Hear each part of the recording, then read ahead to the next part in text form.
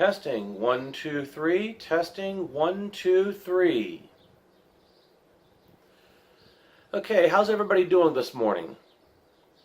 Well, as promised, here is today's broadcast, the 20-year anniversary of my priestly ordination. And as you might notice, I am not wearing my clerics, I am not wearing a cassock, I am not wearing my collar, I am not wearing any badges of the office. I am wearing a purple t-shirt. Purple in the sense of purple as the liturgical color, and all the symbolism and everything that goes along with it. So, 20 years ago today, in Poughkeepsie, New York, at 10 a.m. in the morning, I was ordained to the priesthood. Okay, people are joining us. Please let me know if the audio is working. Say something in the comments. I'd really appreciate that. So, 20 years ago, I received the sacred character of priestly ordination.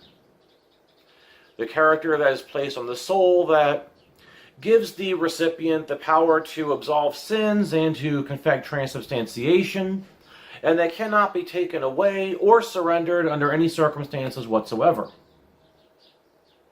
At the time, I believed that that was the moment my entire life looked towards, and upon which the entire rest of my life would look back.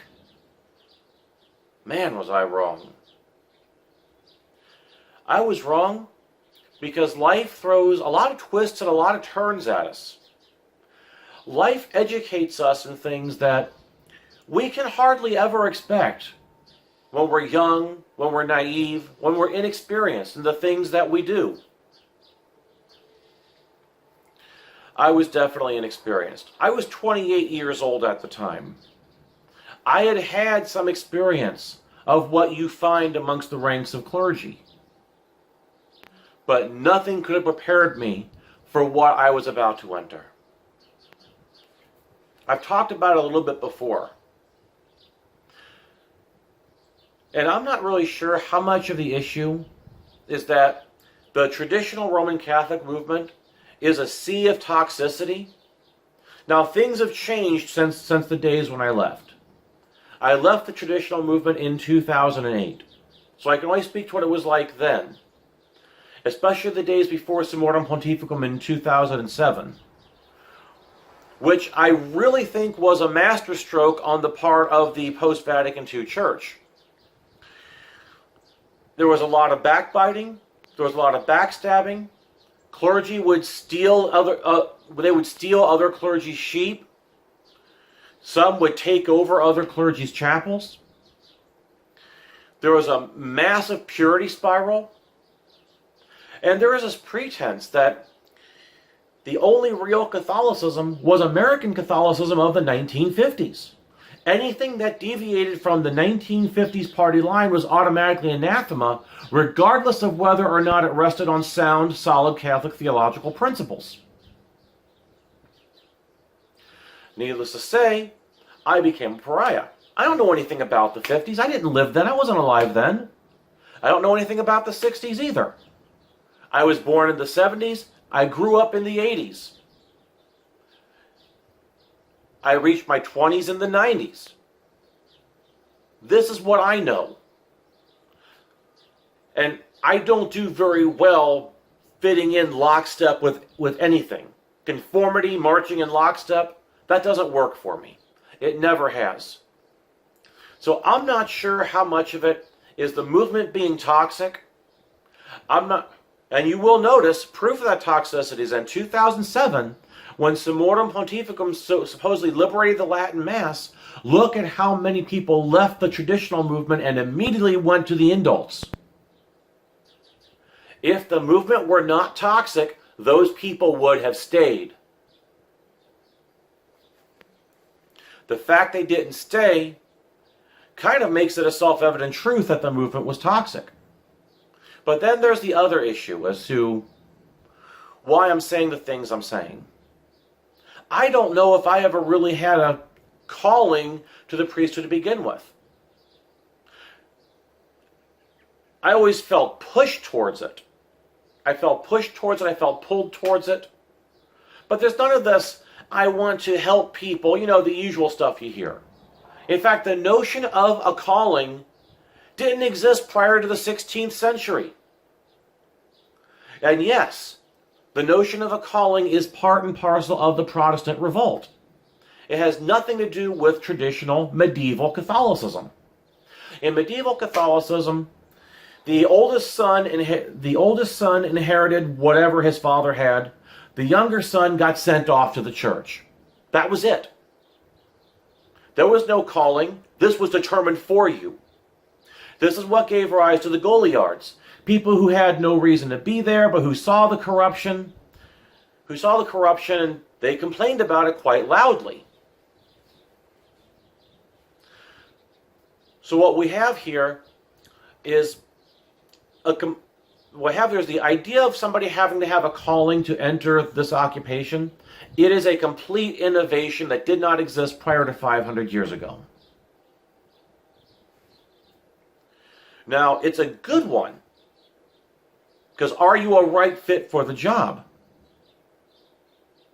Was I a right fit for the job? I was not a right fit for a community that was set on backstabbing and insisting that we were still stuck in the 1950s. Later on, when I branched out from that, when I founded Columbus Chapel of Faith Ministries, when I branched out from that, when I founded and I started doing my own thing, I was a much better fit. Yeah, there were challenges I just did not have the equipment to handle. Because the training that you receive amongst traditionalists, it does not outfit you for the modern world. It outfits you for dealing with people who think and act like you do. Well, like you're supposed to. It outfits you for people who do not want to think their faith. They just want to be told their faith. They want to be told what to do. They don't want to think for themselves. And I saw my job as helping people to grow. But how can you help somebody to grow when they don't want to grow in the first place? This is a lot of what I was dealing with. And then there's the fact I had unconventional interests. I've published, 19 books about those unconventional interests now? I made a mistake. That got found out. And then in January 2008, a whole bunch of sporgeries happened. In case you don't know what a sporgery is, it's a combination of spam and forgery. It is something that gets spammed, and this, in my case, was to a whole bunch of different forums. And it was a forgery in that it was pretending to be me. It was pretending to be written by me. There were things like, my consecrator and I were lovers. My consecrator, Patrick Cheller, was a regular Merlin. There were things like accusing certain well-known clergy of running an international cocaine ring. I never even talked to these people. I don't know these people. I never said any of this stuff. And I found out about this because the morning after it got posted, I got a phone call. From somebody who was associated with me, a priest who was associated with me, and he was concerned about protecting his image against scandal.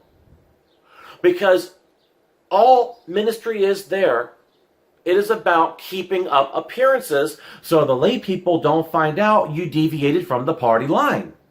Because if the lay people find out you deviated from the party line, they will crucify you.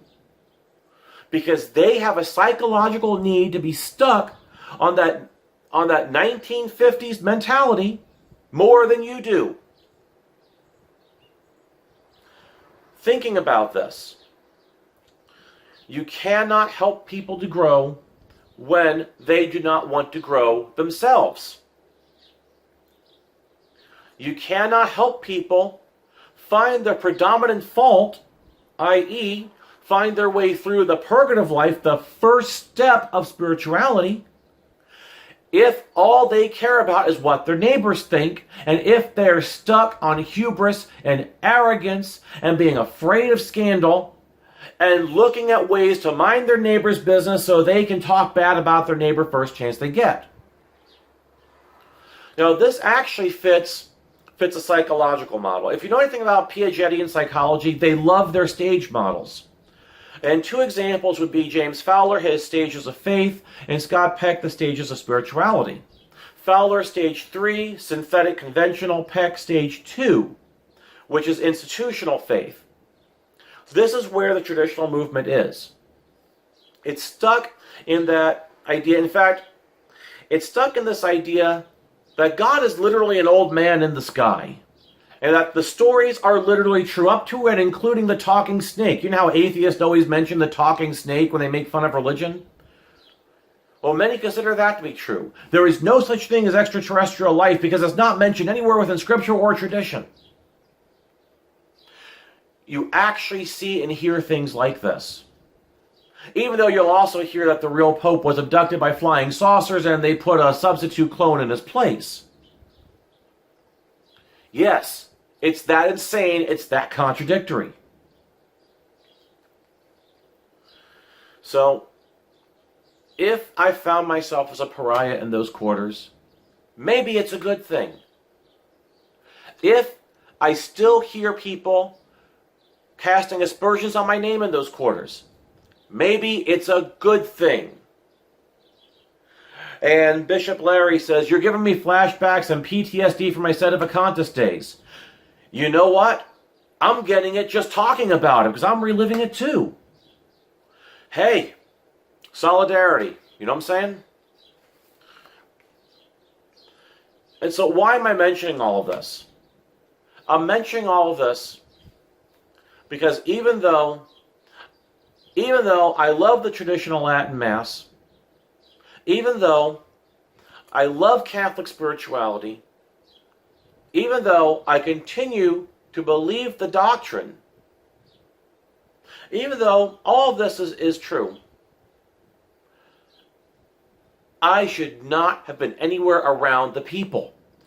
Because the people in the movement, they're very stuck on one thing, and they did not want to grow or to expand. In fact, I've always found it very difficult discussing with people who've never been there themselves because it's very, very internal. It's very interior. There's a lot of emotion that goes there. There's a lot of fight or flight. There's a lot of subconscious just ick that goes with this. And there's a fear of leaving it because there's a fear of walking away from truth. It's really inculcated in your head. And so I've always had difficulty discussing it because I'm used to people not understanding. But then, when I left, I realized there's a whole world out there. There's a whole world. Because I left because I came right up against the traditional movement's version of cancel culture. Those forgeries I mentioned a few minutes ago, I had no choice but to leave. And then I realized the vast majority of people coming to me for ministry are not Catholic anyway. Why should I be so insistent on building this one thing for people that want nothing to do with me when I should start building a home for those people that are coming to me? Why? And that's what I did. And that's when ministry started growing. I mean, it was pretty dead throughout 2008. Then in 2009, I had the car accident. But by late 2009, we started growing at a rate of one person per week. And it's pretty interesting. I wish I had the book here. I wish I had the book. It's on a shelf over there. It's pretty interesting because it was still a liturgical church. It's still a liturgical church. We didn't use the Latin Mass. The Latin Mass was an option. But we used the traditional Lutheran liturgy, the service book and hymnal to be exact. That's what we used, which was kind of interesting because it's an exact halfway between the Latin Mass and the Novus Ordo. People who are used to either of those will be able to follow along without too much of a problem. But that was my first experience of English language liturgy. What was more interesting is this was in the wake of Summorum Pontificum, This was in the wake of the Catholic blogosphere had so many Novus Ordo priests that they switched over to the Latin Mass and giving their reflections. It was weird because to me, I was moving in the opposite direction. No, it was not the Novus Ordo. It was something more solid than the Novus Ordo. And yes, I did change the words of consecration to reflect the traditional Latin Mass verba. But it's interesting because we started growing, and I started exploring the wilderness of American religion. I started visiting other denominations' churches. I started seeing what other denominations did. And this was after I was already consecrated. My original consecration was in 2005 at the hands of John Plummer. Because that was not accepted well within the traditional movement, I went to Patrick Taylor for a subconditional on March 21st of 2007.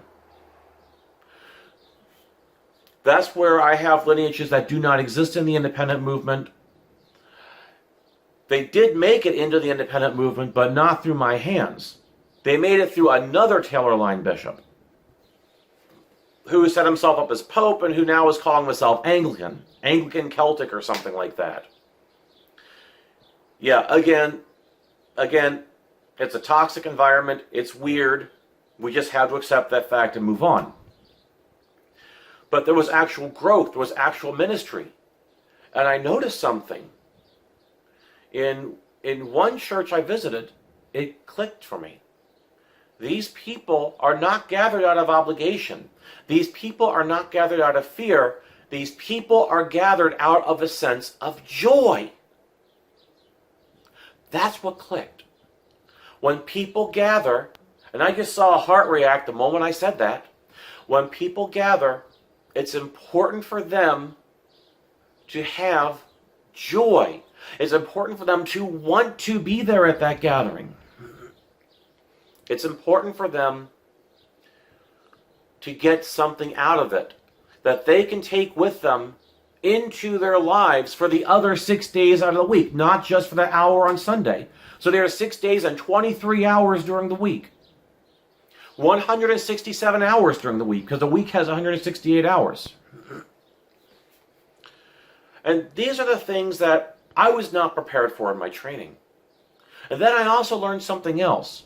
For all the talk of ecumenism, for all the talk of interfaith, I learned that every denomination has their preconceived notions of all the others, and they are all wrong. Every last one of them is wrong. It's like, yeah, there are certain things that are true. We have differences, but they're all wrong. The preconceptions are all wrong. And the preconceptions are maintained because they encourage division. The thing you learn about ministry, the thing you learn about the religion business. Now, there's religion to the belief. There's religion, the leadership amongst those who actually are doing it for the right reasons.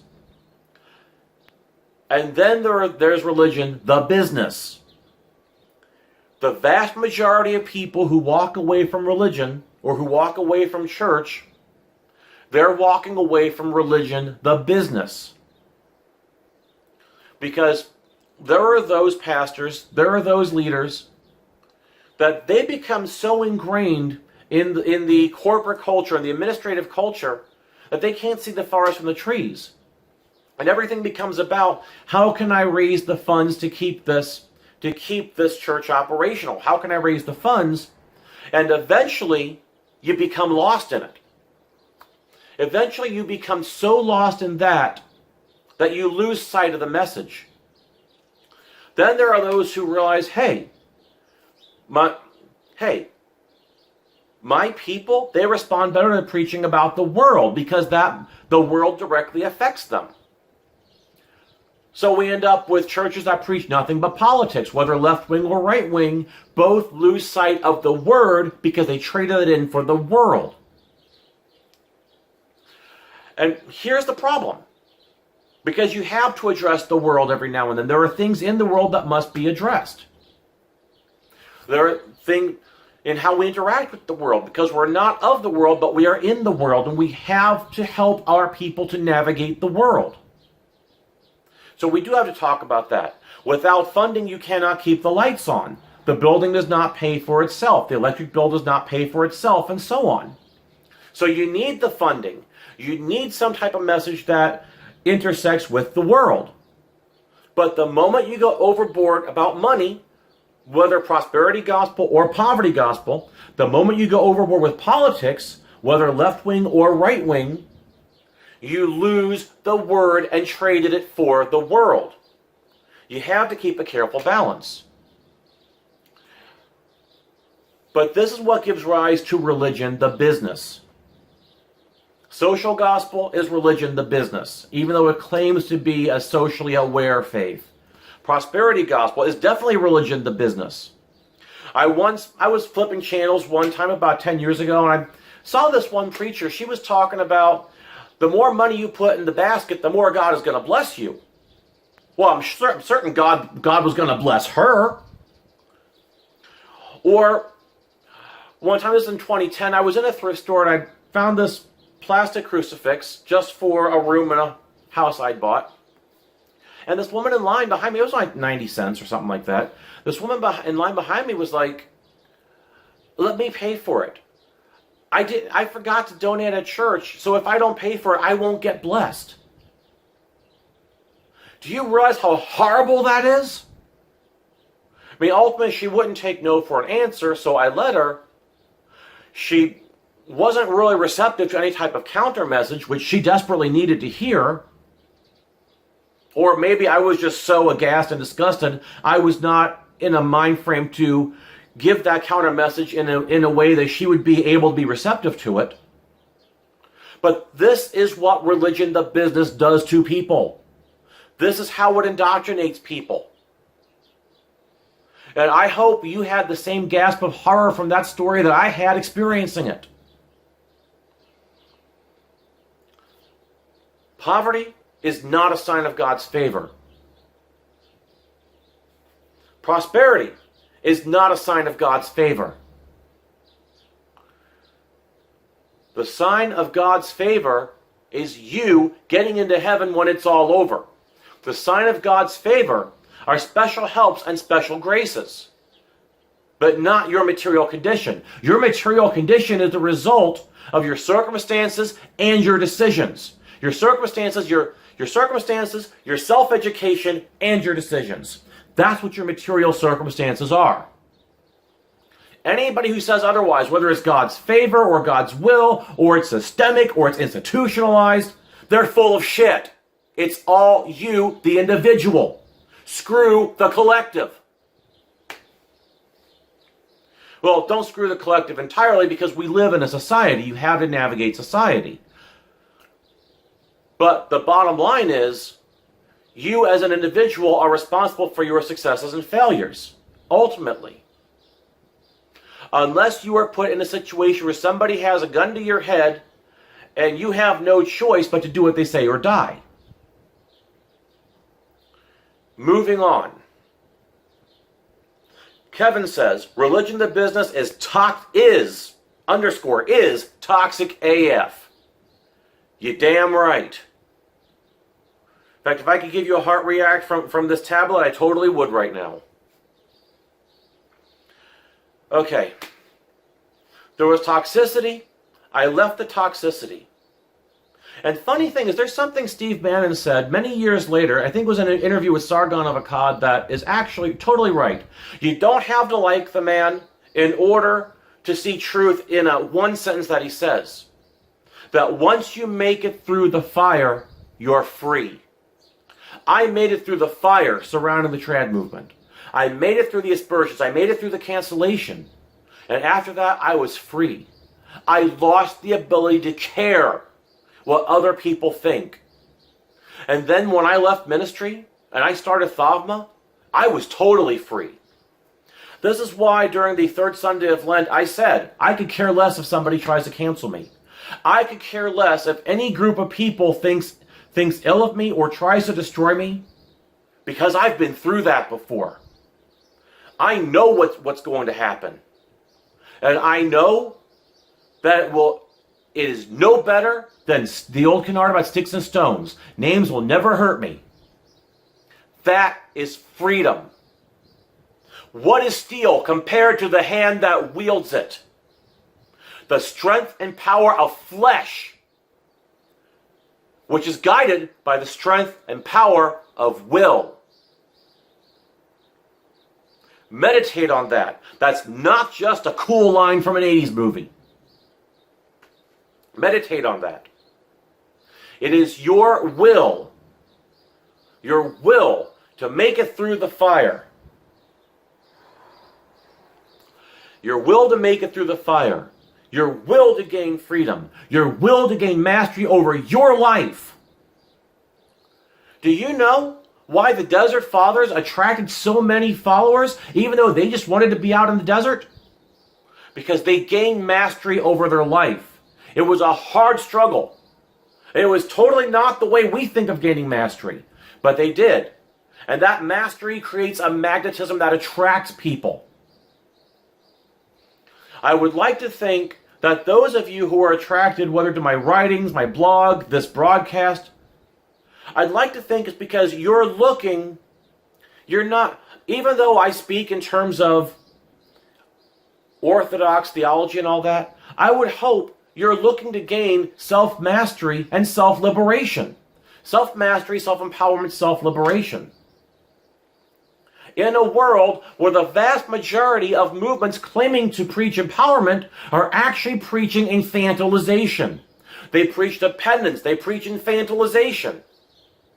That's not self-mastery. That's not self-liberation. It's weakness. It's weakness being confused for strength. Down being confused for up. Evil being confused for good. And when I say evil, when I refer to dependency as evil, I don't mean evil as in some villain trying to take over the world. I mean evil in the sense that it is not productive.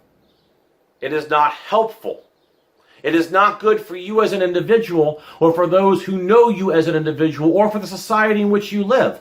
A stronger society comes from stronger individuals, not the other way around. It does not come from a ruling class that skims off the top from those who produce in order to subsidize those who don't. That's an unsustainable societal model. Paul says, more and more people are coming out of the big organized religions because it has become nothing but the land of the modern day Pharisees and Sadducees. Yes, and I would emphasize the Sadducees in that one. Because you're right. Organized religion quickly becomes religion the business rather than religion the belief and religion the guiding hand to help people with their liberation. And all of this, it really focuses into how I see ministry. I know I'm backtracking, I'm rambling, I'm going back and forth. That's because I don't have any preparation. There's no script. I'm speaking straight off the top of my brain. And I'm speaking a lot of things that have just been in my head for so long. And I want to talk about that dependence being confused for empowerment a little bit more. Because we see this in the churches. Any church that preaches social gospel, any church that preaches social justice, they speak of empowerment, but it's always at the expense of somebody else.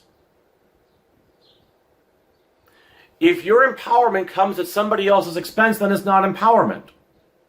It's dependence. They talk about dependency on the collective. They talk about slave morality, as Nietzsche put it. And if anything makes me want to walk away from Christianity in disgust, it is the modern version of moral preaching, which is straight up slave morality.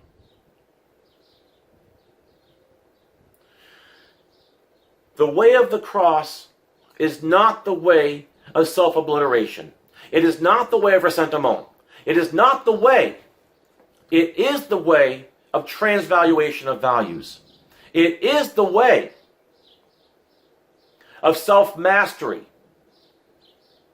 It may not be the way of complete master morality, but it is the way to a synthesis, where you have the caring, you have the compassion that is found in slave morality, even though I would say slave morality is a false compassion. It's a false caring, and it's a virtue signal rather than actual virtue. Because slave morality comes from a place of dependence and comes from a place of being lorded over. It does not come from a place of strength, which is what reveals you, which is where you find your true value. And if you don't find your true value, you cannot be compassionate to yourself. If you cannot be compassionate to yourself, then you cannot be compassionate to others. So it is not, blessed are the doormats. I've said this so many times I can't even count, and I will continue to say it. It is not, blessed are the doormats. Because that Greek word praise does not mean doormat. It is, blessed are those who have strength, who are empowered, but have the self-control to know when to use it and when not to use it.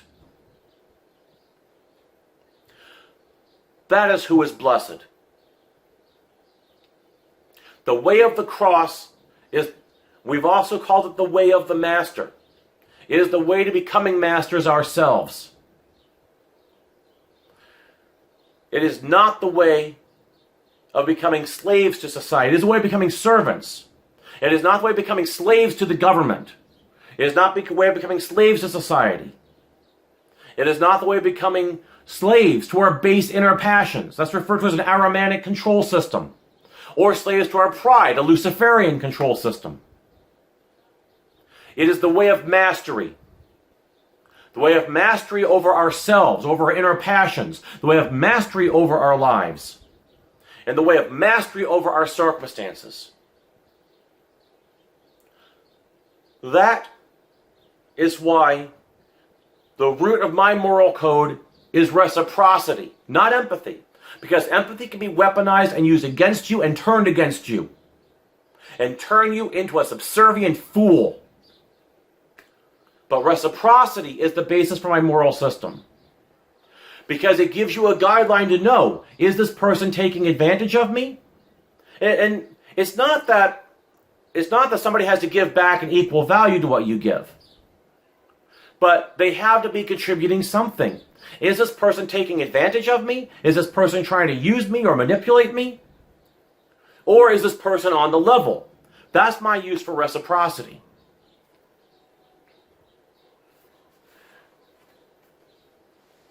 It is my use for that, and that's what I teach people. Because reciprocity is not just your relationship with your fellow man. It's your relationship with the spirits. My Roman ancestors based their entire religion on do ut des. I give that thou mayest give. I give to the gods so that the gods will give to me. Whether the gods or the daemonia or whomever. The lares, the penates, and so on. The offerings were made so that gift would be returned. Gift for gift. As the Havamal puts it, better not to ask than to overpledge, as a gift demands a gift. So reciprocity is a universal principle. It's not something restricted to one culture or another. It's a universal human principle. The difference is that we do not turn it into a thing, well, the caution, not the difference, we do not turn it into a thing where our entire view of life is transactional. It's just a matter of, is this person on the level, or is this person being a manipulator or a user? If this person's on the level, we work with them, we help them, and we help them develop and to grow. If this person's a manipulator or a user, we move on. Jesus himself said, whatever town that will not receive you, shake the dust off from your sandals and move on to the next one. This is that principle in practice.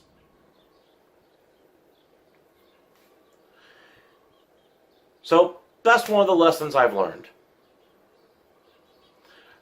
It's also one of the reasons I think that modern Christianity, it needs a moral overhaul. Other lessons I've learned are that we can't really obsess too much about denominational affiliation. I mean, I reject false ecumenism. There's a true ecumenism, which is working together on common causes while standing your ground on differences in doctrine. And then there's a false ecumenism, which is what's been promulgated so much ever since the 50s and 60s, which is let's all get along, let's all form one church regardless of our doctrine. I actually tried some that bordered on that with Columbus Chapel of Faith Ministries.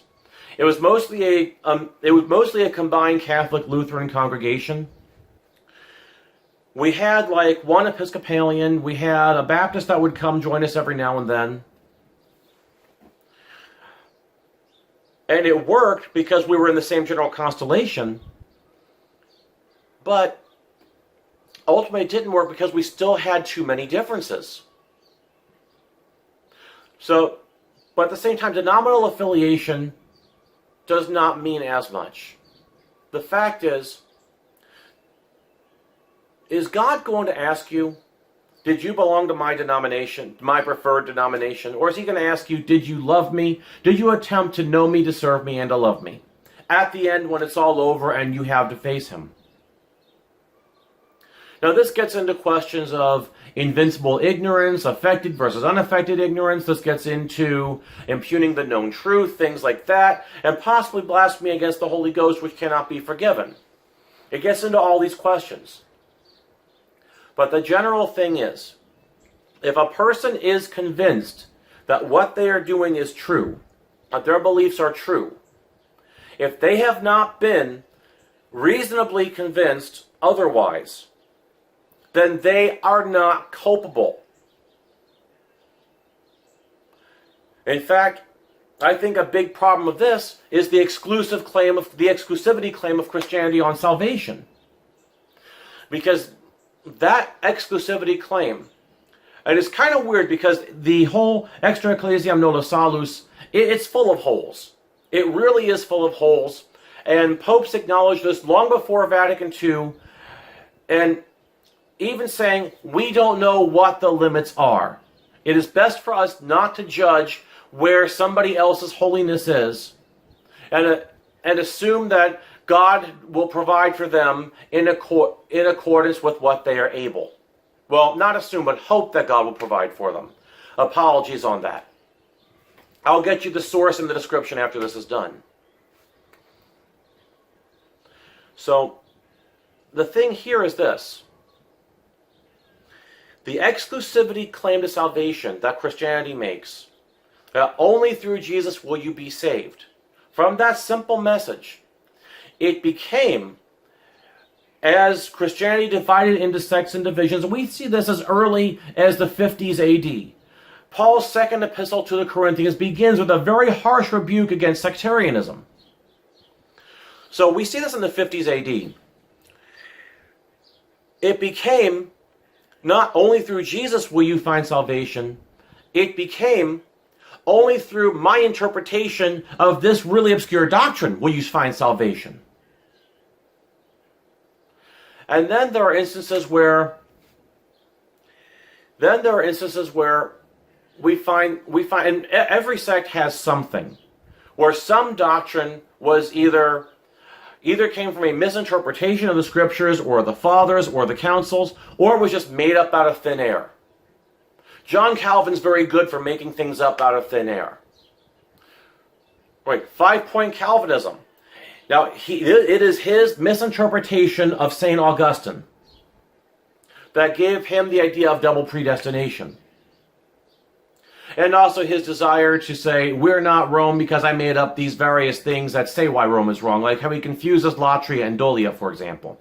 He confuses them as one and the same.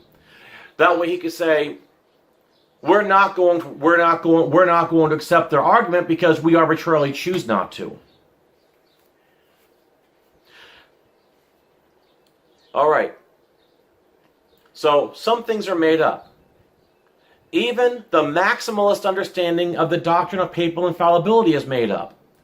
If we look at sources, even from the 19th century, catechisms and theological textbooks from the 19th century, even from, say, 1822, right before the First Vatican Council defined it, we actually have statements and assertions saying The Pope has erred just like any other bishop has erred. Papal infallibility will never be defined. Papal infallibility is not real. We actually have that. And when we read the definition of papal infallibility, it's pretty much a DOA letter. They were just trying to compromise between the Gallicanists versus the Ultramontanists. And even then, it's pretty much a dead letter. The Holy Ghost was not given to Peter and his successors so that they may create a new doctrine, but only that they may faithfully expound the teaching of Christ and the apostles. That's a direct quote.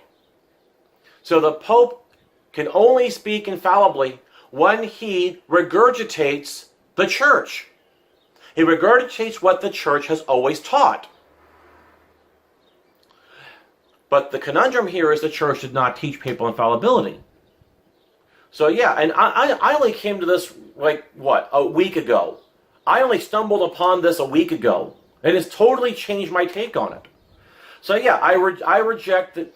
My understanding of papal infallibility was always minimalist. The Pope only speaks infallibly when he says something that's infallibly true. So he's not infallible anyway. Only truth can be infallible. But now I've come to reject the doctrine of papal infallibility outright because it's very clear that it has no basis anywhere prior to 1870. And all the defenses that were made afterwards, all the defenses that were made of it after the fact, especially what you see in the post-Vatican II period, where the neoconservative faction holds that up as though a cult of personality, every defense made after that, it's just like how Margaret Murray claims the witch cult is a pagan survival. She makes up her claim, and then she selectively cherry-picks evidence in order to support her thesis. The defenses of papal infallibility after Vatican I all are come from the exact same cloth. They have a preconceived conclusion, then they cherry-pick evidence to fit that preconceived conclusion. It's confirmation bias. So that's one definite change that's happened to me along the way. Another change that's happened to me along the way is that I've become more conservative, only slightly. In 2008, I would have been classified as center-left. As of 2020, my exact same positions would be center-right, because the world shifted. But I noticed something in ministry, that when you're dealing with people, and I'm more theologically conservative, and I'm more administratively conservative. Because when you deal with people who want to make change, who make demands on you for that you cater to them, if you give them an inch, they will take a mile. Okay, Vito says, God is spirit and those who worship him must worship him in spirit and truth. Yes, exactly. Kevin says, papal infallibility is circular and tautological. The Pope is, quote, infallible when he accidentally happens to be right, just like you and me. Bingo! And Joel says, bingo, Kev. Yes, exactly, bingo. Heart react. You'll get it when I'm done broadcasting. So, I've become more conservative in the sense that when people try to demand change, they demand that you pander to them. If you give them an inch, they'll take a mile. This is not a left or right thing, because human psychology on the left and human psychology on the right are the same. The only difference are the positions that they claim to support. And so, I'm willing to negotiate up to a certain point, but beyond that point, i.e. where essentials are compromised, I will not negotiate. It's just that simple. And it has to be that way in order to keep your focus on the Word without giving way to the world and becoming church the business. Beyond that, I think I'm rambling myself out of steam now. But beyond that, it's been an interesting 20 years. A lot of ups, a lot of downs. Going from hardcore traditionalist to being adrift in the wilderness of American religion, and it is a wilderness for anybody who's actually gone out and experienced it, and then going from leaving ministry towards starting a business, starting a for-profit business where I pay my taxes. It's, even though that business still has me preaching sermons on Sunday. Preaching sermons on Sunday and talking religion and talking theology and all that stuff. It feels like I haven't changed. It feels like, in a way, I've upgraded because I embrace the business aspect. I openly say Thavma is a business, but I do not pander to religion, the business. I keep the religion part pure. As pure as I'm able to. I'm a flawed human. I'm sure I can't keep it totally pure. But I try to keep it pure. I try to present the theological questions to the best of my understanding. And I also noticed that the more independent you become, the more empowered you become. And I have Thavma to thank for this.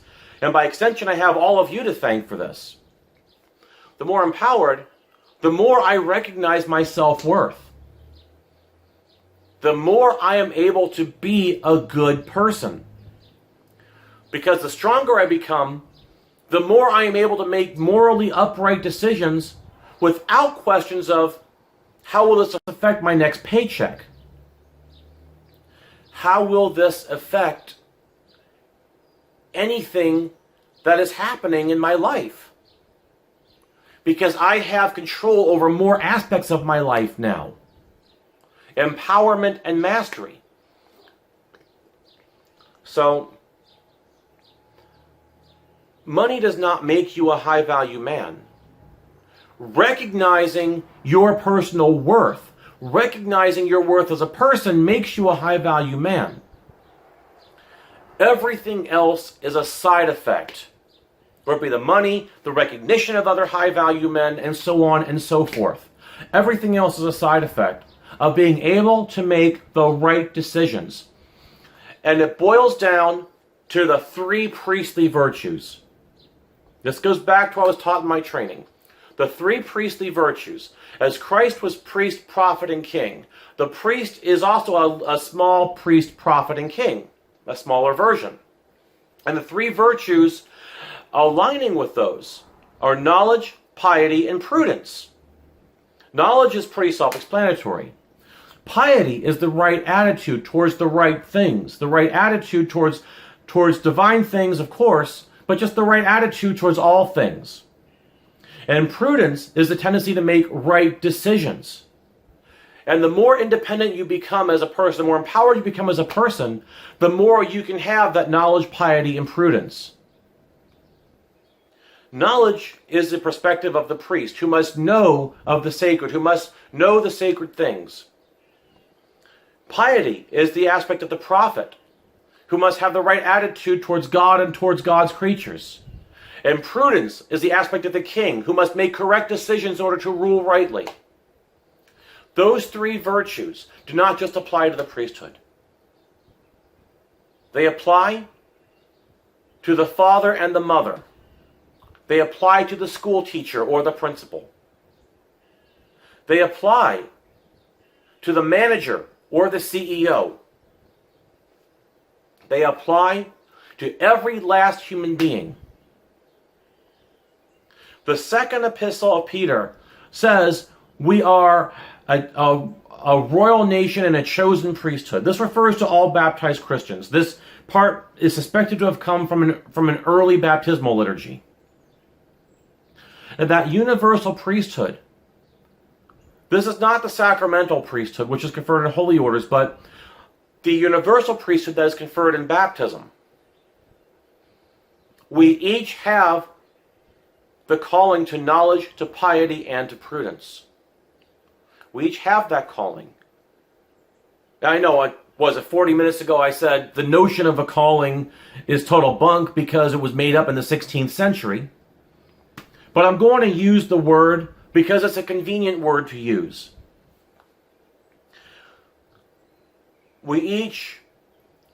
God calls us, we'll put it that way, to exercise knowledge, piety, and prudence in our personal lives.